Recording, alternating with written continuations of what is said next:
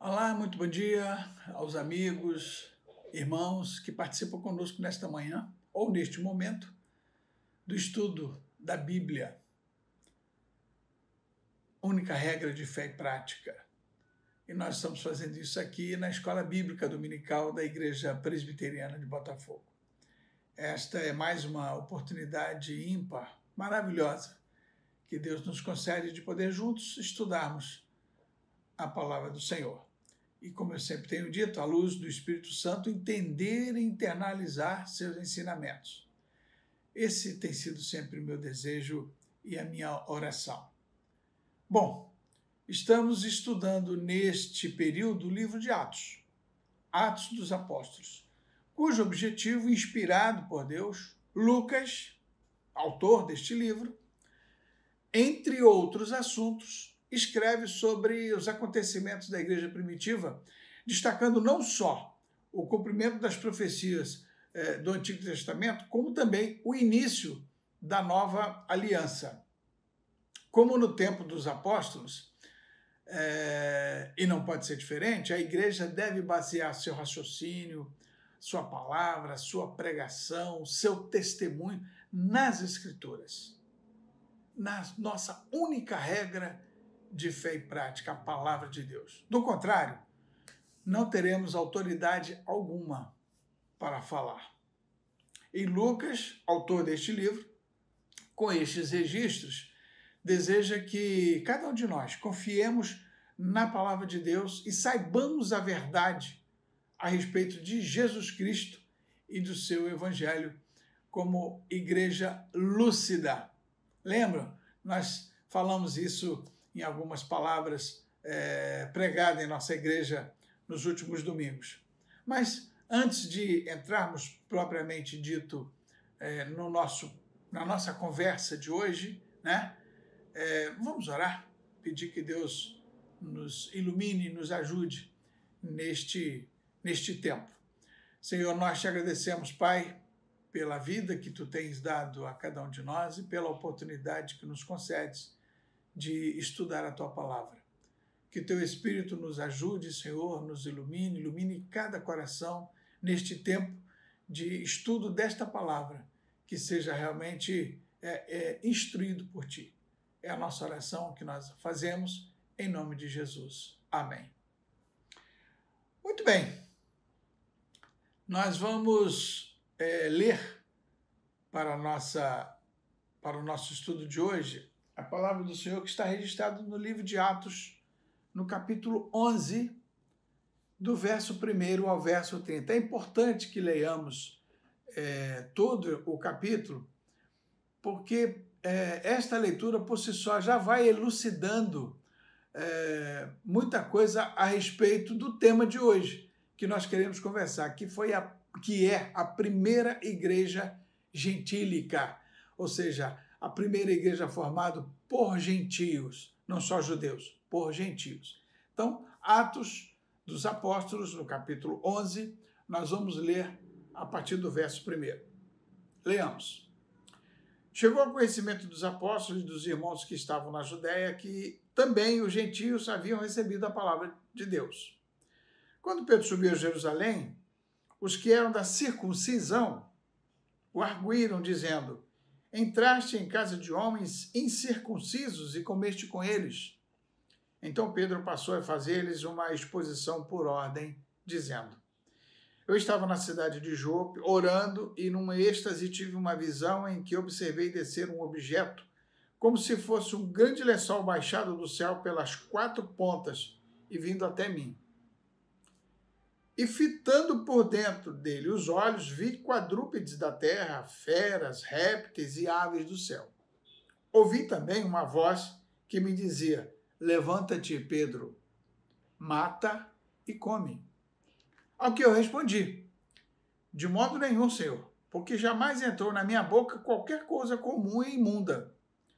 Segunda vez falou a voz do céu: ao que Deus purificou, não consideres comum. Isto sucedeu por 3 vezes, e de novo tudo se recolheu para o céu.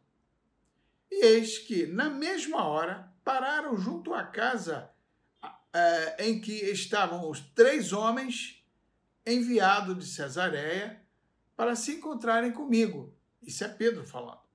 Então, o Espírito me disse que eu fosse com eles, sem hesitar. Foram comigo também estes 6 irmãos e entramos na casa daquele homem. E ele nos contou como vira o anjo em pé em sua casa e lhe dissera: envia Jope e manda chamar Simão por sobrenome Pedro, o qual te dirá palavras mediante as quais será alvo tu e toda a tua casa. Quando, porém, comecei a falar, caiu o Espírito Santo sobre eles, como também sobre nós lá no princípio. Então, me lembrei da palavra do Senhor quando disse: João, na verdade, batizou com água, mas vós sereis batizados com o Espírito Santo. Pois, se Deus lhes concedeu o mesmo dom que a nós nos outorgou quando cremos no Senhor Jesus, quem era eu para que pudesse resistir a Deus? E ouvindo essas coisas, apaziguaram-se e glorificaram a Deus, dizendo: logo, também aos gentios foi por Deus concedido arrependimento para a vida. Verso 19. Então os que foram dispersos por causa da tribulação que sobreveio a Estevão se espalharam até Fenícia, Chipre e Antioquia, não anunciando a ninguém a palavra, senão somente aos judeus. Alguns deles, porém, que eram de Chipre e de Cirene, e que foram até Antioquia, falaram também aos gregos, anunciando-lhes o evangelho do Senhor Jesus. A mão do Senhor estava com eles, e muitos, crendo, se converteram ao Senhor. A notícia a respeito deles chegou aos ouvidos da igreja que estava em Jerusalém, e enviaram Barnabé até Antioquia. Tendo ele chegado e vendo a graça de Deus, alegrou-se e exortava todos a que com firmeza de coração permanecessem no Senhor. Porque era homem bom, cheio do Espírito Santo e de fé, e muita gente se uniu ao Senhor. E partiu Barnabé para Tarso à procura de Saulo. Tendo-o encontrado, levou-o para Antioquia, e por todo o ano se reuniram naquela igreja e ensinaram numerosa multidão. Em Antioquia foram os discípulos pela primeira vez chamados cristãos. Naqueles dias desceram alguns profetas de Jerusalém para Antioquia, e apresentando-se um deles, chamado Ágapo, dava a entender pelo Espírito que estava para vir grande fome por todo o mundo, a qual sobreveio nos dias de Cláudio. Os discípulos, cada um conforme as suas posses, resolveram enviar socorro aos irmãos que moravam na Judéia. O que eles com efeito fizeram, enviando-o aos presbíteros por intermédio de Barnabé e de Saulo. Até o verso 30, que o Senhor aplique a sua palavra em nosso coração. A cada geração, a igreja, com o tempo, precisa ser lembrada a apegar-se firmemente à autoridade das Escrituras. Pois isso é muito comum, principalmente nos nossos dias, que a cada geração somos tentados a colocar alguma coisa no lugar das Escrituras, em lugar das Escrituras.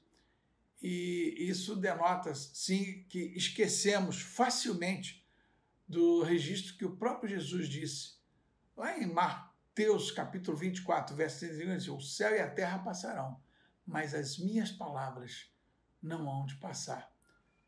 Irmãos, a gente deve declarar sempre que as Escrituras, nossa única regra de fé e prática, são uma dádiva divina, imutável, maravilhosa, insuficiente, a única fonte de verdade e de vida. Por isso, sempre que encontramos uma igreja fiel, vemos que essa igreja ela é profundamente arraigada nas Escrituras, seja no passado, seja no presente ou no futuro.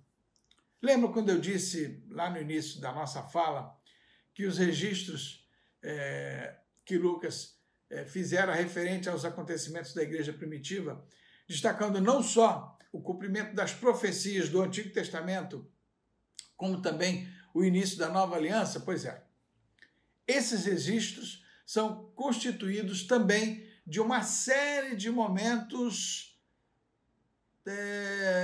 turbulentos ou críticos na vida daquela igreja primitiva.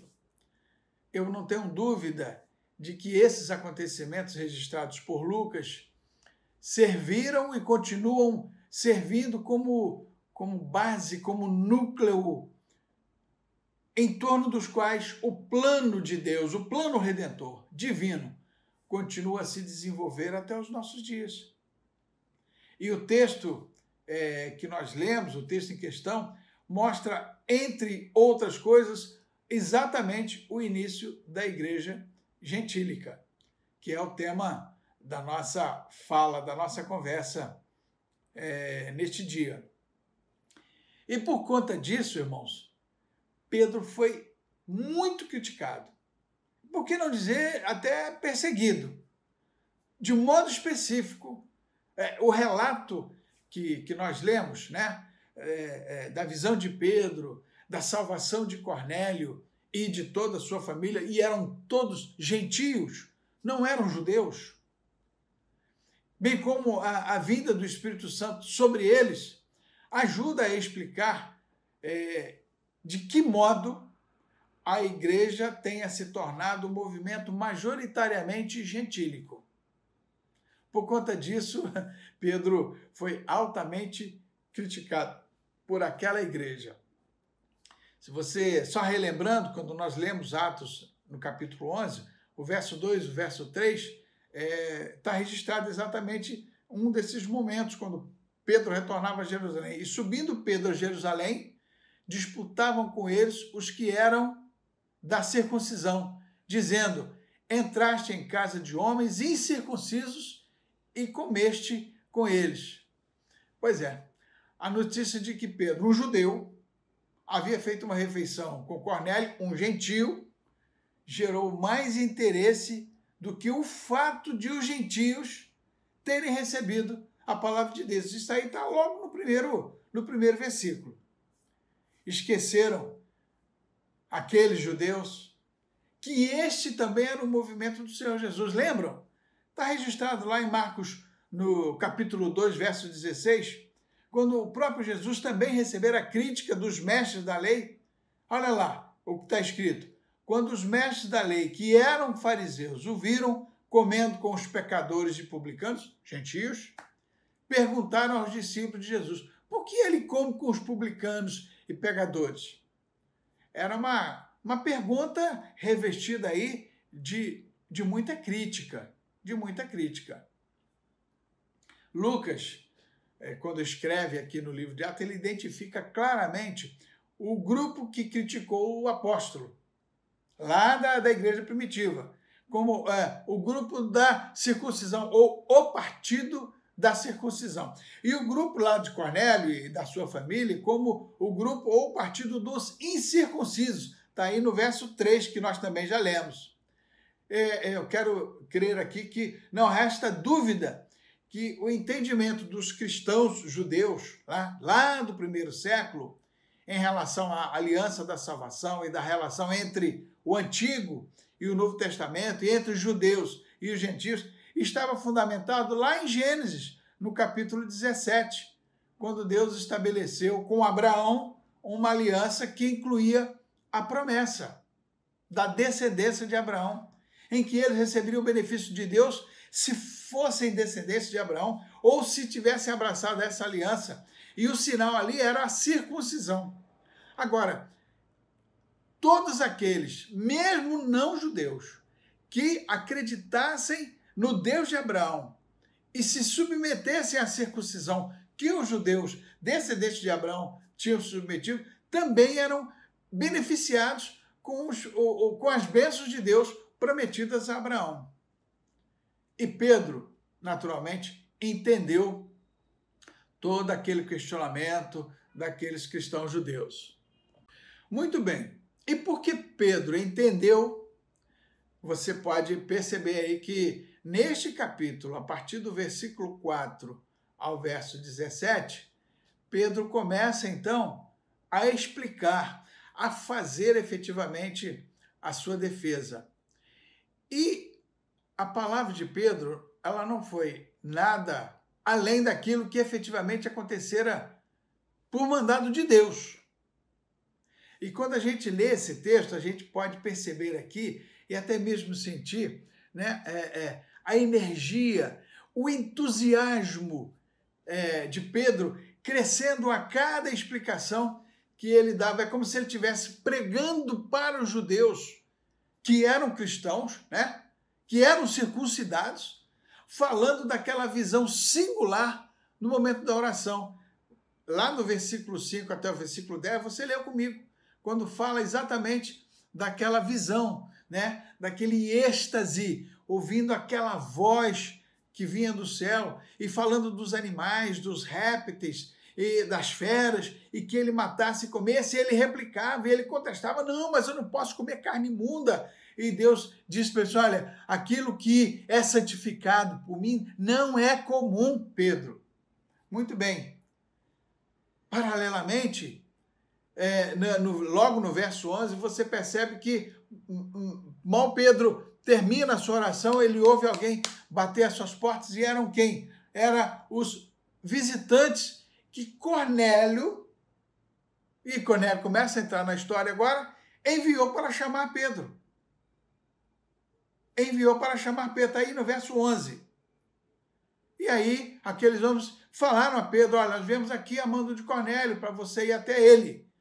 E a viagem para ver Cornélio, bem como o relato da visão deste gentio para procurar Pedro, que está aí no verso 12 e 14, foi algo também maravilhoso. Novamente, uma ação de Deus, tanto na vida de Cornélio, como na vida de Pedro.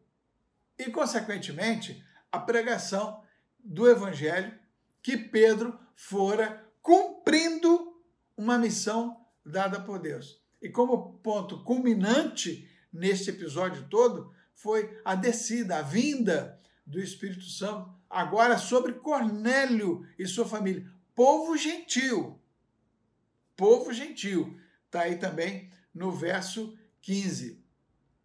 Então, irmãos, aqueles questionamentos dos cristãos judeus, né? E que o Pedro estava já dando ao explicar efetivamente o que havia acontecido, essas explicações, teologicamente, pareciam até complexas, né? Para o entendimento daqueles judeus. No entanto, Pedro fez questão de mostrar que os gentios eram, de fato, parte da comunidade da aliança, mesmo sem a circuncisão. Mesmo sem a circuncisão. Pois o Senhor havia lhes concedido o Espírito Santo, assim como havia concedido aos judeus lá em Atos 2. Se você abrir a sua Bíblia lá em Atos capítulo 2, quando eles estavam sentados, todos reunidos numa casa, relata ali o texto que o Espírito Santo desceu sobre eles, né, como um vento impetuoso, e eles passaram a falar em línguas e ficaram realmente sobremodos atônitos e glorificando a Deus por aquilo que eles estavam sentindo. Então, o que Pedro dizia é que assim como eles, lá no princípio, já haviam recebido o Espírito Santo, Deus fizera a mesma coisa com Cornélio e com a sua família. Então, percebe que este processo, né, não foi ideia de Pedro. Pedro estava onde? Estava orando lá em Jope. Não é isso que nós lemos? Ele estava orando. A estratégia missionária não fora a ideia de Pedro para alcançar os gentios. Antes, foi uma vontade soberana de Deus. Como nós dissemos numa das falas que fizemos na igreja, e enfatizamos isso lá em 1 Timóteo, capítulo 4, verso 2, ele relata lá que a vontade de Deus é de que todos, sem exceção, sejam salvos. Judeus, gentios, todos sejam alcançados pela graça misericordiosa do Senhor. A partir daí, então, irmãos, nós começamos a perceber a missão da igreja, seja ela lá em Jerusalém, do povo judeu, seja ela formada agora pelo povo gentio. Era a missão da igreja pregar a todos os povos para a glória de Deus. E com as respostas que Pedro dera àqueles judeus que o questionavam, que estavam acusando, que estavam prestes, inclusive, a condená-lo, eles se calaram.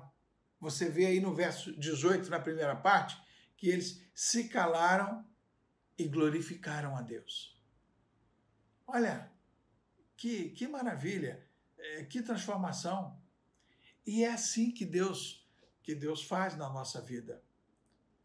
Atos, Lucas, quando escreve em Atos ali, ele aborda ali a ascensão de Cristo, ele aborda ali os momentos trágicos de Estevão, quando apedrejados, e o texto diz que o rosto de Estevão, quando estava sendo apedrejado como rosto de anjo, ele pedia que Deus perdoasse os seus algozes em vez de culpá-los, né? Ele relata também ali a conversão de Saulo, aquele homem que consentiu na morte de tantos cristãos, até mesmo na morte de Estevão. Aquele homem douto, instruído aos pés de Gamaliel, que tinha cidadania judeu e tinha cidadania romana, né? E ouvindo os apóstolos, ouvindo os cristãos, ele não se declarava, não se convertia. Foi necessário que Deus o buscasse de uma maneira toda especial, uma estratégia específica para alcançar a vida de Pedro. Que transformação! E sabe, assim como Paulo, agora Paulo, né, convertido, aqueles judeus cristãos concluíram, afinal, depois que Pedro faz as suas respostas, que Deus havia concedido aos gentios arrependimento que conduz à vida. Está no verso 18, na segunda parte, verso 18b. Depois disso, queridos, alguns deles, daqueles judeus, começaram a compartilhar as boas novas a todos os povos, inclusive gentios, homens de Chipre e de Cirene, que vindo a Antioquia, também falaram aos helenistas, anunciando ao Senhor Jesus. Está aí no verso 20. Mais uma vez, vemos o resultado da pregação fiel da palavra, da Bíblia Sagrada. E no verso 21, não poderia ser outro resultado. E a mão do Senhor estava com eles, e um grande número que creu se converteu ao Senhor. Quando conhecemos esses relatos, nós percebemos claramente, hoje, nos nossos dias, a estratégia de Deus em enviar um apóstolo aos gentios e posteriormente uma igreja de gentios a todos os povos. Louvado seja o Senhor. Assim eu fui alcançado, assim nós fomos alcançados, e assim muitas outras vidas serão alcançadas pela graça tão somente do nosso Senhor Jesus.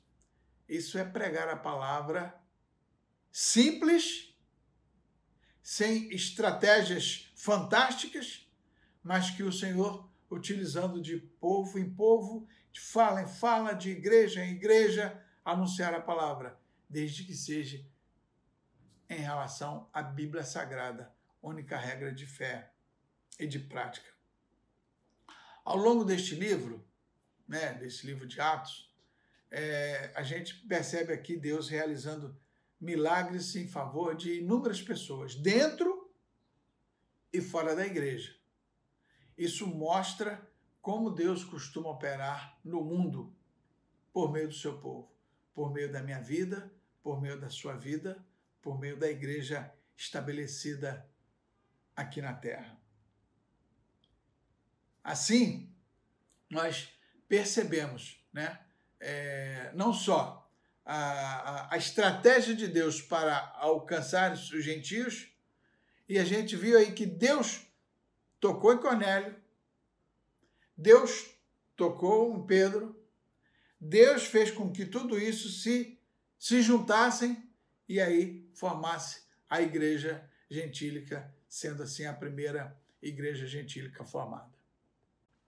Pois bem, então o que nós, nesse relato do capítulo 11 de Atos, o que a gente percebe aqui?